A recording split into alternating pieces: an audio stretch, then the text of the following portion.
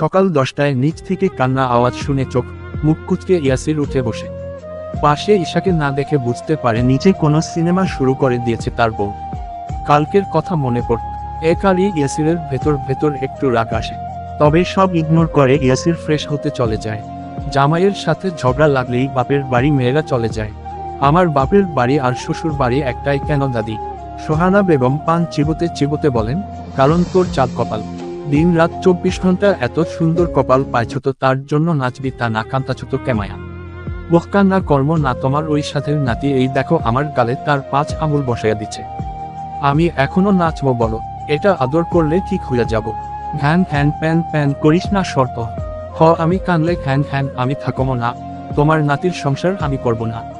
তখনই ইয়াসির নিচে নামতে নামতে বলে, দাদিজান তোমার ওই পেতনি নাতনিরে বলো তার সাথে সংসার করার জন্য কেউ মরছে না। উদ্ধৃতি চিহ্ন। দেখলে দেখলে দাদি, কত খারাপ রাতে বউ পিটিয়ে এখন কি ভাব? আমি এক মুহূর্তও থাকবো না, আমি আজই নানু বাসায় যাব। তোমরা তোমাদের শোনায় সোহাগা নাতি নিয়ে আমাকে মারলেই কি বা আসে যায়। আয়ান আর ইয়ান একপাশে দাবায় মেতে আছে। রান্নাঘরের বাড়ির দুই যা ইলহাম আর ঈশান চৌধুরী পারিবারিক ব্যবসা দেখভালে বেরিয়ে গিয়েছে সকালে। ইয়াসির সোফায় হেলান দিয়ে নিজের ফোন চাপছে। ঈশা ফ্লোরে নিজের দাদির পায়ের কাছে বসে হিচকি তুলে কান্না করছে। সবাই সবার মতো ব্যস্ত, কারণ এখন কেউ ঈশার কান্না থামাতে গেলে তাকে জড়িয়ে 3 ঘন্টা কান্না করবে আর বলবে কেউ ভালোবাসে না। সবাই শিকার হয়েছে ঈশার এই সিনেমায়, তাই তো কেউ যেচে পড়ে সান্ত্বনা দিতেও যাচ্ছে না আজ। এদিকে সবার পাত্তা না পেয়ে বেচারি ঈশা নিজের রুমে গিয়ে হালকা গোছগাছ করে বাইরে বের। হ্রস্ব ইকার আসে, কারণ সে থাকবে না, তার নানু বাসায় চলে যাবে। তখনই ইয়াসিরও রুমের সামনে দাঁড়ায়। ঈশা বলে, সরো, বেরোতে দাও। কোথায় যাবি? জাহান্নামের চৌরাস্তায় যাবে? না তুই যা, আমার এত শখ নেই। তাহলে সরো। কেন, তোর জায়গায় দাঁড়িয়েছি নাকি? কি শুরু করেছো? যেতে দাও। যা, তুই তোকে ধরে রেখেছি, দরজার সামনে থাকলে যাব কি করে? তা আমি কি জানি? ঈশা বিরক্ত হয়ে ইয়াসিরকে ঠেলতে যাবে। ইয়াসির বলে উঠে, এই আমাকে টাচ করবি না একদম। বাই দা ওয়ে, তুই কি আমার ইজ্জত হরণ করতে চাইছিস? ঈশা নাক মুখ কুঁচকে বলে, শীত কত নির্লজ্জ তোমার ভাবনা, সরো বলছি। তখনই পিছন থেকে ঈশার মা এসে বলে, কি হলো তোদের, এমন দরজার সামনে সারেগামাপা লাগিয়েছিস কেন? রুমের ভেতরে আয় তো। উদ্ধৃতি চিহ্ন। ঈশা বলে, আমি নানু বাড়ি যাবে মা। ঈশার মা বলে, চুপ থাক। কিসের নানু বাড়ি যাবি? 2 দিন হলো বিয়ে হয়েছে, এখন কোথাও ঘুরতে যাওয়া বাদে নানু বাড়ি কেন? কার সাথে ঘুরবো? আমার তো কপাল পুরো জীবন্ত জামাই থাকতেও আমি বিধবা। উদ্ধৃতি চিহ্ন। ঈশার কথায় ইয়াসির আর ঈশার মা দুজনেই বিরক্ত হয়ে দম ছেড়ে বেরিয়ে আসে। এই মেয়েটার আজগুবি কথা শেষ হওয়ার নয়। একটু পর ঈশা তার রুমে এসে বিছানায় গালে হাত দিয়ে বসে আছে। আজকাল বড্ড একা লাগে বেচারির। বান্ধবী থাকে, ভার্সিটির ক্লাসে ফোন দিলেও মন ভরে না। তখনই ইয়াসির ঈশার পাশে এসে বসে। ঈশা ভ্রুকুচকে তাকায় ইয়াসিরের পানে। ইয়াসির একটা কিটক্যাট বাড়িয়ে দেয় ঈশার দিকে। ঈশা বলে, আমাকে বাচ্চা মনে হয় তোমার? বেরিয়ে যাও ভাইয়া, আমার ভালো লাগছে না। তোমাকে তো সবাই মাথায় নিয়ে নাচে, সব সুখ তোমার।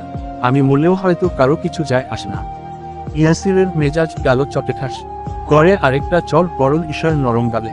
বেচারি ফালফাল করে তাকায় ইয়াসিরের দিকে। ইয়াসির দাঁড়িয়ে বলে, কবে বড় হবি তুই? তোকে যে সবাই কত ভালোবাসে জানিস না তুই? বাচ্চা দেখে তোর আবদার কেউ রাখে না, সবাই তেরো ভালোই চায়, এটা বুঝতে শিখ। আমারই ভুল, তোকে বোঝাতে এসেছিলাম। তুই তো নিজেই বিশাল বিলিয়ন। একদম কান্না করবি না ঈশা, কান্না থামা বলছি, নয়তো আরেকটা দিব। থামতে বলছি ঈশা। উদ্ধৃতি চিহ্ন। ঈশা কান্না করতে করতে বলে, থামছে না, আমি কি করব দেখো, আমি চেষ্টা করছি, না থামলে আমার কি দোষ? বাচ্চাদের মতো কান্নার কোপের কথা শুনে ইয়াসির হেসে ফেলে, কি এক পাগলের সাথে তার ভাগ্য জুড়ে গেল। এই ভেবে বেচারার নিজেকে জোকারের থেকে কম মনে হচ্ছে না। ঈশা সেভাবেই বলে, হাসছো তুমি? ইয়াসির আবারও বসে ঈশাকে জড়িয়ে ধরে বলে, বইন থামো প্লিজ, তোকে কান্না করলে একটুও সুন্দর লাগে না। ঈশা একদম বরফের মতো জমে যায়, হচ্ছেটা কি? ঈশা তখন মিনমিন করে বলে, তাহলে কেমন লাগে আমাকে ভাইয়া? ইয়াসির আস্তে ধীরে বলে, একদম, মানে একেবারে বিশ্বাস কর, তোকে একদম শ্যাওড়া গাছের পেতনির চেয়ে কম না বেশি লাগে। ঈশার এক ধাক্কা মেরে ইয়াসিরকে সরিয়ে বলে, তুমি সত্যি খারাপ। উদ্ধৃতি চিহ্ন। খারাপ হলেও তোর জামাই, ভালো হলেও তোর জামাই। আর কান্না করিস না বইন, এবার তোর কান্নার সমুদ্র হয়ে যাবে আর আমরা সেখানেই ডুবে মরব। ঈশা রেগে বালিশ ছুঁড়ে বলে, যাবে তুমি? ইয়াসির বলে, যাচ্ছি যাচ্ছি পেতনির রানী। ঈশা বলে, মোটেও না, আমি তোমার রানী। ও হ্যালো সিস্টার, আপনি কোনো রাজাকে বিয়ে করেনি যে নিজেকে রানীর দাবি করছেন। ঈশা এবার ইয়াসিরকে মারতে দৌড় লাগায়। নিচ থেকে সবাই ওদের কাণ্ড দেখছে আর হাসছে। ইয়াসির বলে, থামো বলছি। ঈশা বলছে, আজকে তোমাকে মেরাই ফেলবো। ঈশা রে থামম বইন। বউ বলো, বউ তোমার।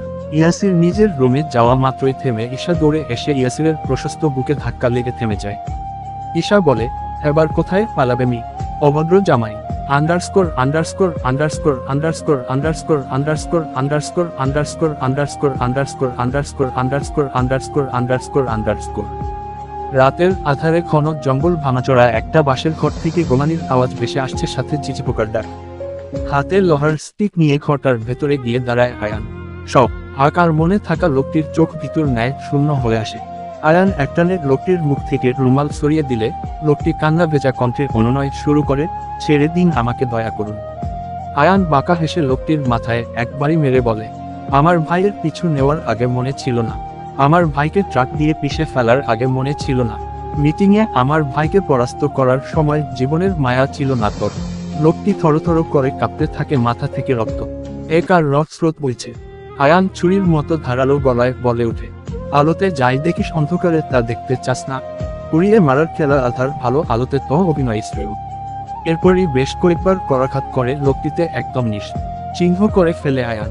এরপর দিয়াশলাই দিয়ে সিগারেট জ্বালিয়ে ঠোঁটে রেখে শার্টের হাতা ফুল করতে করতে বেরিয়ে আসে।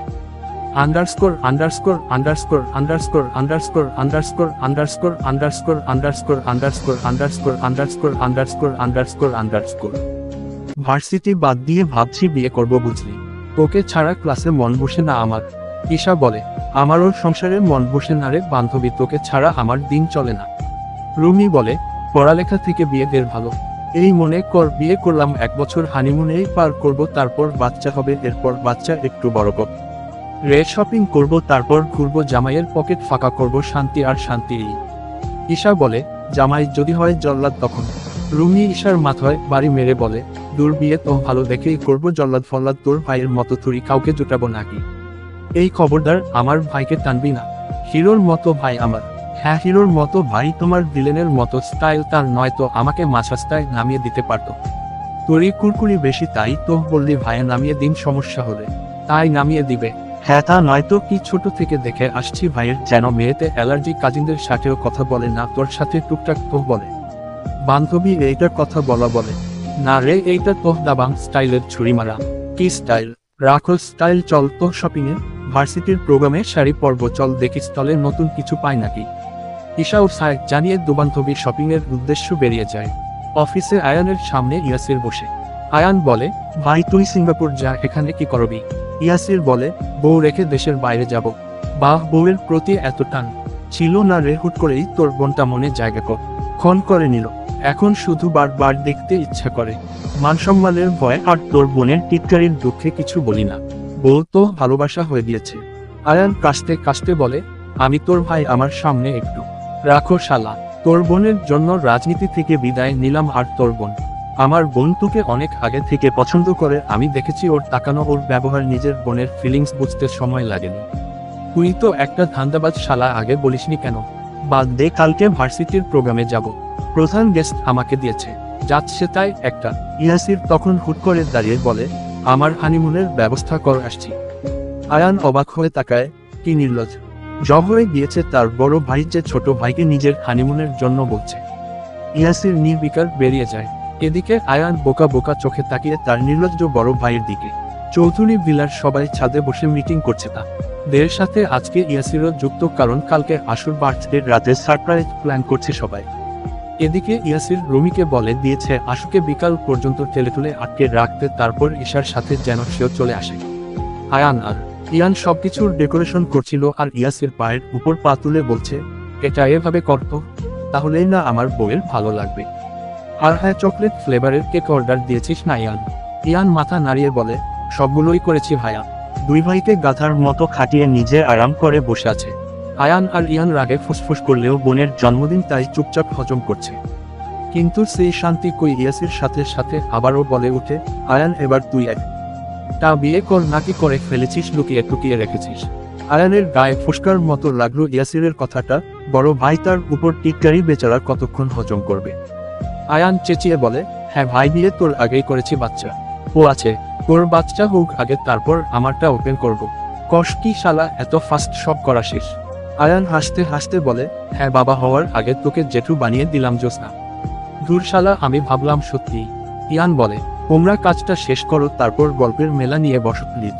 ইয়াসির বলে, তোরা কাজ কর, আমার বউ আসবে এখনই, বউকে আমি সামলাচ্ছি, আর বউয়ের বান্ধবীকে এখানে পাঠাচ্ছি। আয়ান ফোনে কথা বলায় ইয়াসিরের কথা সব প্রশ্ন উকার নতে পায়নি, তবে ইয়াসির যে চলে গিয়েছে সেটা শুধু দেখেছে। ঈশা আর রুমি চলে আসে। রুমি বলেছে কালকে প্রোগ্রামে দুই বান্ধবী একসাথে যাবে, তাই আজকে ঈশার এখানেই থাকবে। ঈশা তো মহাখুশি, নাচতে নাচতে বান্ধবীর গলা জড়িয়ে এক আর বাসায় আসা মাত্রই দেখে ইয়াসির সামনে দাঁড়িয়ে। ঈশা ভেনিয়ে বলে, মি অভদ্র জামাই। ইয়াসির না শোনার ভান করে নিজের রুমের দিকে যাওয়া শুরু করে, কারণ এটাকে একবার পাত্তা দিলে ঝগড়া করেই রাত পাড়ি দিবে। ইয়াস প্রশ্ন ইকারের পাত্তা না পেয়ে ঈশা রুমির দিকে ঘুরে বলে, দেখলি কেমন খচ্চর মার্কা জামাই জুটছে। রুমি বলে, আরে ভাই, হাইপার হচ্ছিস কেন? কয়েকদিন পর দেখবি বউ বউ করবে, এখন নতুন তো। রুমি কথা শেষ হওয়ার আগে ঈশা বলে, আমিন, আল্লাহ যেন তাই করে রে, চল চল। ঈশা রুমে গিয়ে আয়নার সামনে নিজের চুল আঁচাচ্ছে আর গুনগুন করে গান গাইছে। ধরো না আমারই হাত, বলো না হবে কি আমার। ইয়াসির আর চোখে বারবার বউকে দেখছে, সেদিকে বেচা রি ঈশার মনোযোগ নেই, কারণ তার ধারণা তার জামাই তাকে শত্রু ভেবে বাকি জনম পাড়ি দেবে, তার তিনটা বাচ্চার শখ জীবনেও মিটবে না। এদিকে তার জামাই ফুটবল নাকি ক্রিকেট টিম বানাবে এ নিয়ে ভাবছে আর চিন্তা করছে। তো আকারও এমন মোটা তাজা বউয়ের আসলেও এত শক্তি হবে নাকি দুইটা হলেও কুপকাত হবে কে জানে। দুজনের চিন্তা ভাবনার মাঝেই ডাক পড়ে রাতের খাবারের জন্য। ঈশা পিছনে ঘুরে বলে, এই জেমি অভদ্র জামাই, চলুন। ইয়াসির দাঁত কপাটি সব বের করে বলে, হুম চল। ঈশা হা হয়ে তাকিয়ে হলো কি বেটার, এই হাসে এই থাপ্পাড়ায় জিন ভূতে ধরলো। না না, সুন্দর বেটা, যেহেতু পরিতেও ধরতে পারে, পরি ধরলে তার কি হবে? না না, বেচারি এত স্বাধীন জামাই হারাবে কখনোই না, তাই জামাইয়ের পিছন পিছন হাঁটতে থাক। আর যাওয়ার সময় রুমিকেও টেনে হিচড়ে নিয়ে আসে। এদিকে সবাই খাবার টেবিলে বসে রয়েছে। আয়ানকে দেখে রুমি বেশ অস্বস্তি লাগছে। আয়ান তা বুঝতে পেরে খাবারের প্লেট নিয়ে আকারেও ধারাম করে বসে ক্রিকেট ম্যাচ অন করে বলে, তোমরা খাও, আমি খেলা এনজয় করবো আর খাবো। উদ্ধৃতি চিহ্ন। রুমি হালকা হাসে আয়ানের এরূপ আচরণ দেখে, মনে মনে বলে, লোকটা ভিলেন হলেও ভদ্র, মানে ভদ্র ভিলেন। তখনই ঈশা রুমিকে ধাক্কা দিয়ে বলে, বসো, দাঁড়িয়ে রয়েছিস কেন? আজকে প্রথম এলি নাকি? ঈশার মা বলে, মা বসো। তখনই ঈশার জেঠিমা এসে বলে, যা যা ভালো লাগে নিয়ে খাও মা, একদম নিজের বাড়ি মনে করো, এত লজ্জা পেতে হবে না, বুঝেছ? রুমি হও। আকার লোকা মাথা নাড়ায়, বরবাড়ির বাড়ির সবার ব্যবহার এমন অমায়িক তা রুমি জানে, তবুও মাঝে মাঝে লজ্জারা তাকে হানা দেয়। একটু পর সবাই কিছুক্ষণ আড্ডা দিয়ে যে যার যার মতো চলে যায়। তবে একটু পরই আবার সবাই ছাদেও চলে আসে। বালিশে মাথা দেওয়ার 2 মিনিটে ঘুমানোর মতো আধ্যাত্মিক এক শক্তি ঈশার মাঝে আছে, তাই তো বেচারি এখন ঘুমের তোপে রয়েছে। আর এদিকে ইয়াসির, ইয়ান, আয়ন আর রুমি তিনজন মিলে বেশ সুন্দর করে সবটা এতক্ষণে গুছিয়ে ফেলেছে। বাড়ির সবাইকে আয়ান বলেছে ডেকে নিবে, তাই সবাই যার যার মতে না ঘুমিয়ে গল্প করছে। এদিকে ফুলের একটা বুকেট নিয়ে আয়ান আর রুমির মাঝে ঝামেলা লেগে গিয়েছে। আয়ান বলছে এটা পেছনে, তো রুমি বলছে না সামনে। দুজন মিল এক আর টানাটানি করছে। এসব দেখে ইয়ান বিরক্ত হয়ে একপাশে ফোন চাপছে। ইয়াসিরও ফোনে কারোর সাথে বকবক করছে। তখনই সোহানা বেগম উপরে এসে আয়ান আর রুমিকে এমন করতে দেখে। আয়ানের চোখ নিজের দাদির উপর পড়তে আয়ান বুকেটটা ছেড়ে এক আর দেয়। হঠাৎ ছেড়ে দেওয়া রুমিও ফুসকে গিয়ে আয়ানের উপর দলে পড়ে। ততক্ষণে বাড়ির সবাই এসে পড়েছে, সবার নজর ওদের দিকে। আয়ান সবাইকে ইশারায় তেমন কিছু না বুঝাচ্ছে। সবাই একসাথে শয়তানি হেসে বলে উঠে, ও রুম। প্রশ্ন ইকার একটু লজ্জা পায় সবার সামনে। এদিকে আয়ানও বিরক্তিতে ঘুরে দাঁড়ায়। তখন সোহানা বেগম ইয়াসিরের দিকে তাকিয়ে বলে, নাতি জাতর কুম্ভকর্ণ বউকে তুলে আনো। ইয়াসির এক চিলতে হাসি নিয়ে দৌড়ে যায়। সবাই অবাক হয়ে ইয়াস প্রশ্ন ইকারের যাওয়ার পানেই তাকিয়ে রোদ, দুদিনেই কেমন বোপাগলা হয়ে গিয়েছে। ইয়াসির ঈশাকে ডাকতে নেয় না, এত সহজে ঘুম ভাঙার নয়। কিছু একটা ভেবে হুট করে ইয়াসির ঈশার কপালে চুমু দিয়ে বসে। ঈশা তবুও নির্বিকার দেখে।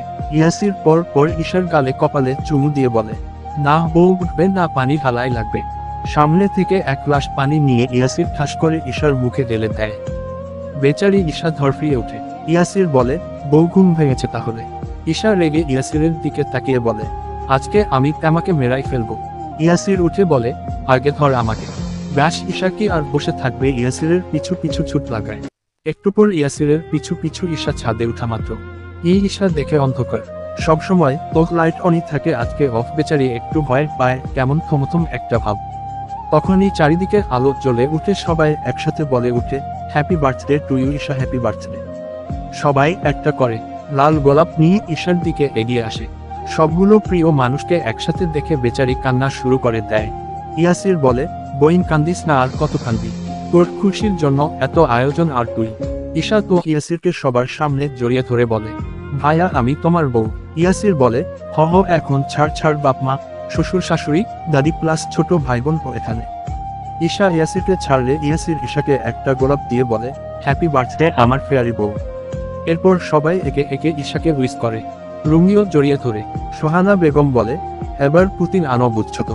ঈশা বলে, আরে চিল দাদি, আনমই তো। আয়ান ঈশার মাথায় হাত রেখে বলে, সবসময় হাসি খুশি থাক, তোর প্রত্যেকটা জন্মদিন এমন হোক। উদ্ধৃতি চিহ্ন। তারপর বিশাল এক কার্ড ধরিয়ে বলে, তোদের হানিমুনের ticket Cox's Bazar to Sajek, happy. Isha খুশিতে মাথা নাড়ায়। তখনই পিছন থেকে গিটারের সুর ভেসে আসে, ইয়াসির গান গাইছে ঈশার জন্য। হসন্ত যোগ। সবাই সরে দাঁড়ায়। ঈশা আর ইয়াসির এবার সামনাসামনি। ইয়াসির গাইছে ঈশার চোখের দিকে তাকিয়ে, আর ঈশাও অপলক তাকিয়ে আছে। সবাই একসাথে ইয়াসিরের গান উপভোগ করছে। গানটা এ এবি কো খুশ নাহিন হয়, তু মুঝে কো পিলা দিগে কিয়া, মেইন পিকার জো বিয়ে চাই কাহাঙ্গা, তু সাবাহ ভুলা দিগে কিয়া, তু বাহন মাইন রাখলি গপাল, ফির চাহ দৌড় হাতা দে, মেইন বোর্ড মাইন রাখলুম এগার সার, তু মুঝে কো সুলা দিগে কিয়া, জাতি নাহিন তেরি ইয়া এদিন, কাসাম এসি কে দিল কা ভরম হায় তু, বাহিকি নাহিন এবি কোই শরম, জানা এক ধারাম হায় তু, জো কেরতি থি ম্যাট পিওনা, मेरी जान जहर है यूज देखता हुन कोई देर चुए এবি और जहर किया पिउन। সবা র আনন্দের মাঝে আয়ান বেরিয়ে যায়। কেউ লক্ষ্য না করলেও রুমি দেখতে পায়। তবে সেদিকে পাত্তা না দিয়ে রুমি ছবি তোলার জন্য নিজের ফোন অন করতেই দেখতে পায় আয়ানের ছবি। মানে দুজনের ফোন অন্ধকারে উল্ট পালট হয়ে গিয়েছে। ফোন ছাড়া কি থাকা যায় নাকি?